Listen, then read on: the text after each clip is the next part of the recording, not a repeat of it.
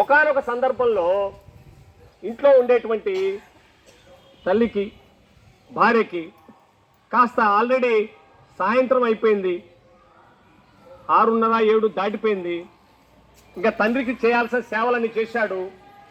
తన తల్లి అట్లాగే భార్య ఆయనకు కావాల్సినటువంటి ఆలనా పాలన అందిస్తారనేటువంటి విశ్వాసంతో వాళ్ళ దగ్గర మాట తీసుకొని బాబా వారు కలకత్తాకు వేయించేసిన సందర్భం ఉంది కాబట్టి అక్కడికి ఈ యొక్క శిశిర్ కుమార్ ఘోష్ బాబా సన్నిధికి చేరాలని బయలుదేరి కలకత్తా మహానగరంలో ఆయన ఉండేటువంటి ప్రాంతానికి వెళ్ళారు. వెళ్ళిన సందర్భంలో బాబా వారు ఇక ఆయన ప్రసంగిస్తూ ఉంటే అది సాయంత్రం 7 గంటలు స్టార్ట్ అయితే 12 1 గంట వరకు కూడా ఆ సమయం ఆకలి తప్పుడు కూడా అర్థమైంది కాదు. ఆయన అలాగా చెప్తూ ఉంటే అందరూ కూడా లీనమైపోతున్నటువంటి సందర్భాలు ఎన్నో. దానిలో భాగంగా సుమారుగా 12 గంటలు దాటిపోయిన తర్వాత బాబా వారికి ఒక్కసారిగా పొట్ట విపరీతమైన ఉబ్బరం వచ్చి ఆ కడుపు నొప్పి ఇంత అంత కాదు తట్టుకొని పరిస్థితుల్లో ఉన్నారు. దాన్ని అక్కడ ఉండే వాళ్ళంతా గమనించి అయ్యా బాబాకు విపరీతమైన కడుపు నొప్పి వచ్చింది, ఆ కడుపు కూడా విపరీతంగా వాసిపోయింది. ఈ సందర్భంలో ఆయన్ని రిలాక్స్గా ఉండాలంటే మనం ఆయన చుట్టూ ఉండటం కరెక్ట్ కాదు అని ఆ హాల్ను ఖాళీ చేసి పక్కకి వెళ్ళిపోయారు మిగతా వాళ్ళు. అక్కడ ఉండే వాళ్ళు చెప్పిన మేరకు ఇక అది సుమారుగా ఆయన 1 గంట పాటు దాన్ని బాధను అనుభవించిన తర్వాత ఎక్కడి నుంచో దూర ప్రాంతం నుంచి బాబా వారికి నైవేద్యం పెట్టి తద్వారా ఆయన ఆ యొక్క స్వీటు తినుబండారాలు తిన్న తర్వాత అది భక్తులందరికీ పంచాలనే ఉద్దేశంతో బుట్టలతోటి స్వీట్స్ తీసుకొచ్చారు.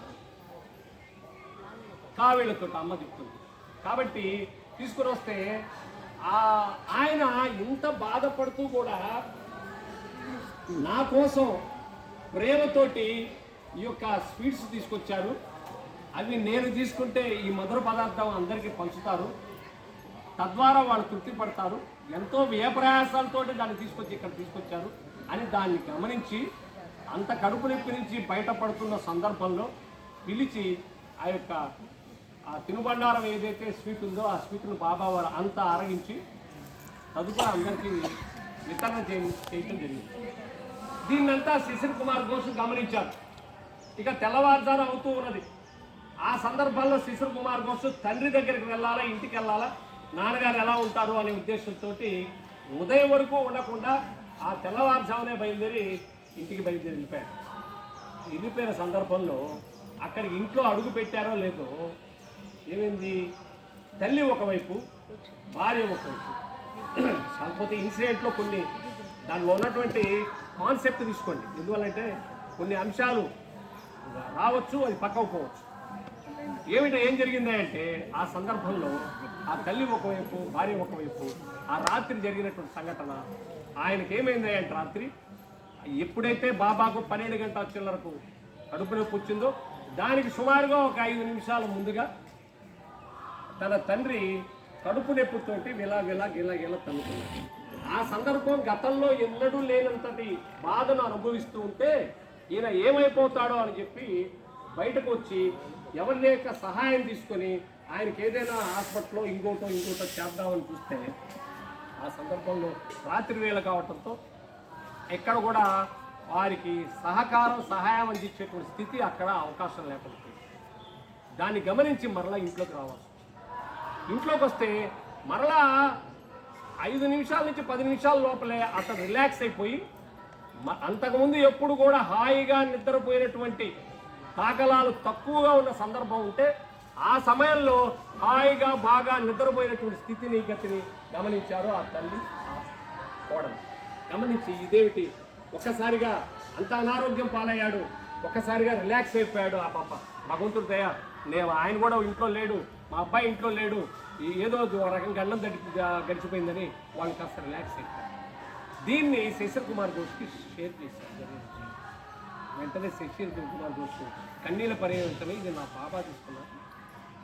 అంతమంది ఉత్సవం జరుగుతుంటే అంత ఆనందకరమైన స్థితిలో ఉంటే నా తండ్రి యొక్క రోగాన్ని తాను తీసుకొని అనుభవించావు బాబా, నీ రుణం ఎలా తెచ్చుకోవాలా అని పరుగున బయలుదేరాడు. ఏది బాబా సన్నిధి బయలుదేరి అందరూ అక్కడ ఉండగా చెప్పడానికి మొదలు పెడితే ఇట్లా చెయ్యి ఆపాడు. ఆయన ఎందుకంటే మహాప్రేమి అమ్మ, తను తాను ఎక్కడ కూడా నేను ప్రేమికుణ్ణి, నేను మహాప్రేమికుడిని, నేను త్యాగం చేస్తున్నాను, ఎక్కడ కూడా రవ్వంత కనపడనీయకుండా మనలో ఒకటిగా మామూలు వ్యక్తిగానే ఆయన గోచరిస్తూ వెళ్ళేటువంటి విధి విధానం ఆయనలో ఉన్నటువంటి గొప్పదనం. అది ప్రేమలో ఉన్నటువంటి గొప్పదనం. మరలా ఏమంటాడు, వచ్చి అయినా ఊరుకోలేక కాళ్ళ మీద పడి కన్నీళ్ళ పర్యంతమే, బాబా నా యొక్క తండ్రి యొక్క రోగం తీసుకున్నాను, నీ రుణం నేను ఎలా తీర్చుకోవాలా అని అసలు కన్నీళ్ళ పర్యంతం అయిపోయాడు. అప్పుడు బాబా ఏమంటాడంటే, నాయన వీళ్ళ నాన్నకు కూడా నాకు వచ్చినట్లే రోగం వచ్చింది, అంతకన్నా ఏమీ లేదు, కృష్ణుడే తీసుకున్నాడు, అది నేను తీసుకుంది కాదు అని బాబా వారు చెప్పడం జరిగింది.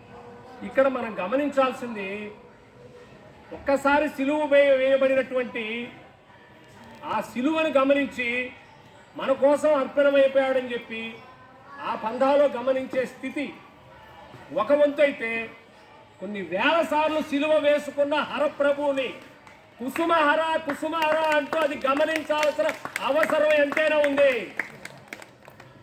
ఎందుకంటే ఉదాహరణకు మన మనసు ఎలా ఉంటుంది అంటే, కాపీ ఎప్పుడు కూడా మనకన్నా ఆర్థికంగా లౌకిక ప్రపంచంలో లేదా ఇంకొక దాంట్లో లౌకికంగా ఉన్నతం అంటే స్థాయి పెచ్చులో ఉన్నటువంటి వాళ్ళని గమనించడమే మన పని. అందువల్ల మనకు లేమిని వాళ్ళకు కలిమిని మనం గమనిస్తుంటాం. ఇదే మన పని. అది చదువు విషయంలో కావచ్చు, ఉద్యోగ విషయంలో కావచ్చు, ఆస్తి విషయంలో కావచ్చు, ఇంకొక విషయంలో కావచ్చు. అందువల్ల మన మనసు ఏమవుతుంది, ఆరాటం పోరాటంతో నిలబడిపోతుంది. ఇచ్చిన దాన్ని తృప్తిగా సేవించి దాన్ని అనుభవించేటువంటి స్థితి కాకుండా ఎవరిదేదో కావాలని అది దొరకక మానసికంగా బాధపడుతూ నిట్టూర్పుతో నడిచే విధానమే కానీ ఇంకొకటి లేని స్థితిని మన అనుభవంలో ఉన్నాం.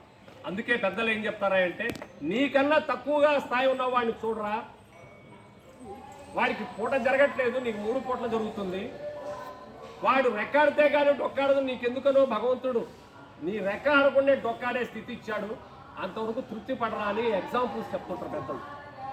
మనకు మహత్తరమైనటువంటి ఉదాహరణ కుసుమహర ప్రభువు. ఎందుకంటే తనకు తాను సమర్పణ చేసుకున్నాడు, కానీ మన నుంచి రవ్వంతా కోరుకోవాలి. మనం ఉద్ధరించబడితే, మనం ఆనందపడితే తను ఆనందపడాలి.